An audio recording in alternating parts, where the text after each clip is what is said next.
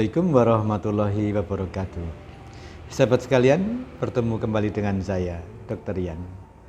Hari ini subscriber kita namanya unik, bagus, Pak Dalang menanyakan, Dok, boleh enggak atau bisakah ketika seseorang yang baik-baik aja normal minta diangkat kandungannya?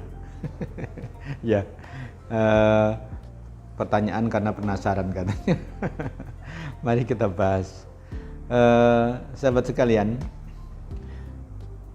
histerektomi yang ditanyakan atau angkat kandungan adalah operasi mengangkat rahim. Rahim itu fungsinya apa? Rahim itu fungsinya, yang mungkin yang sehari-hari gampang dipahami adalah tempat seorang wanita membikin atau tempatnya membikin atau terbentuknya menstruasi. Jadi lapisan dinding dalam rahim namanya endometrium itu secara berkala tumbuh, matang, luruh. Kemudian setelah luruh menjadi darah menstruasi, tumbuh lagi, matang lagi, luruh lagi. Jadi ada masa namanya masa proliferasi, masa sekresi, kemudian masa haid dan seterusnya. Nanti saya tunjukkan siklusnya.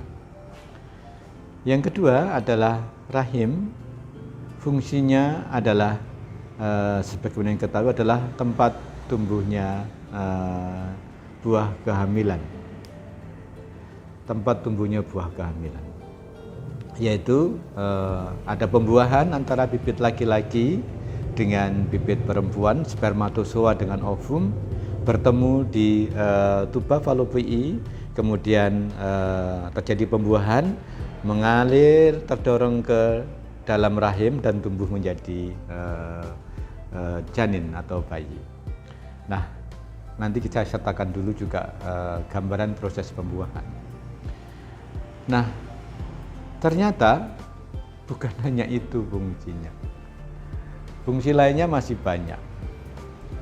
Jadi yang penting yang saya sampaikan adalah ternyata di rahim adalah fungsinya atau tempatnya berbagai macam reseptor. Apa itu reseptor? Reseptor adalah suatu molekul yang fungsinya untuk menangkap atau untuk sebagai pijakan dari molekul lain agar dia bisa bekerja di dalam tubuh kita. Misalnya adalah reseptor estrogen.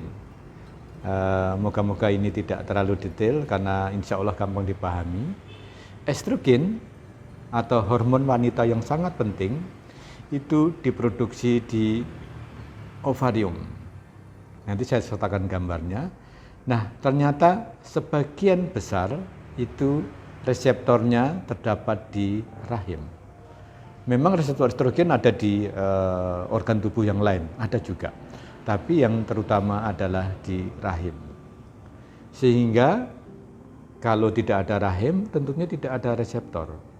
Nah, kalau tidak ada reseptor, maka estrogen ini tidak bisa bekerja secara optimal karena nggak ada jalur masuknya.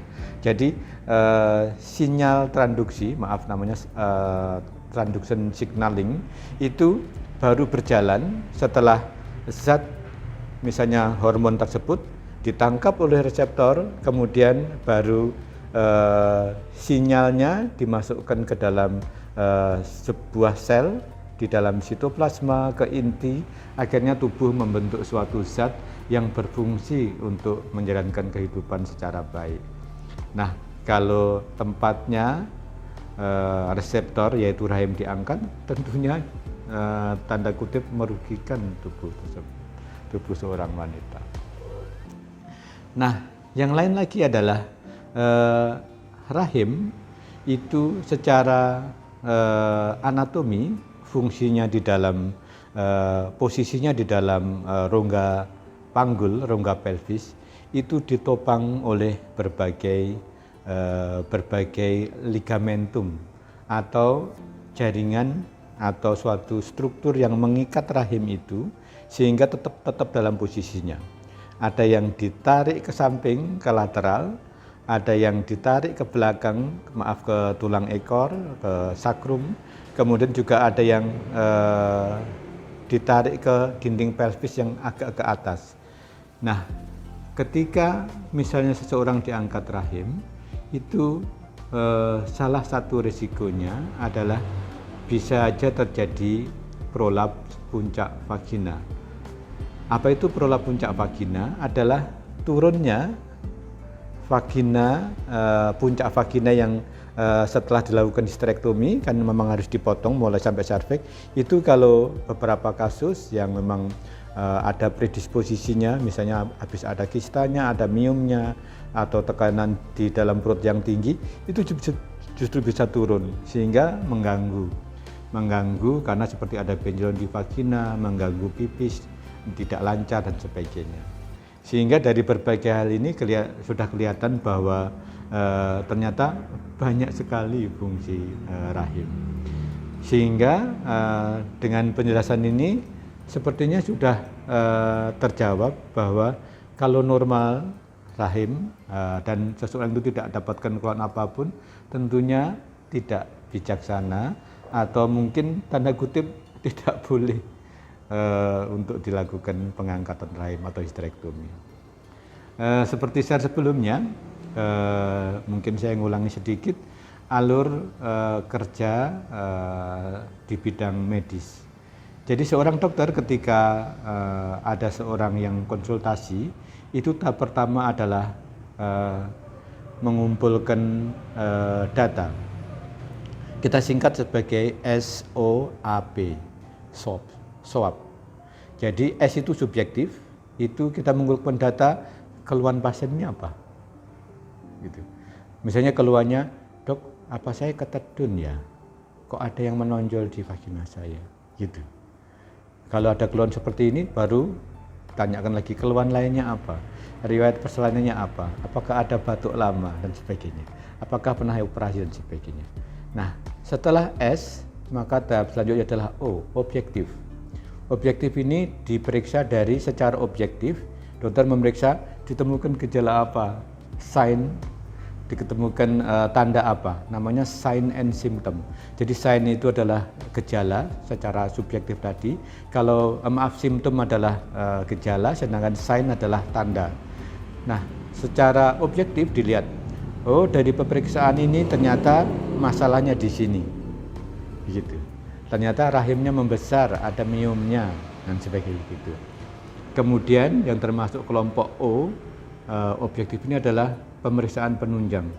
Misalnya pada orang tertentu diperlukan pemeriksaan laboratorium atau pemeriksaan penunjang. Orang tertentu diperlukan USG atau difoto atau di CT scan dan sebagainya.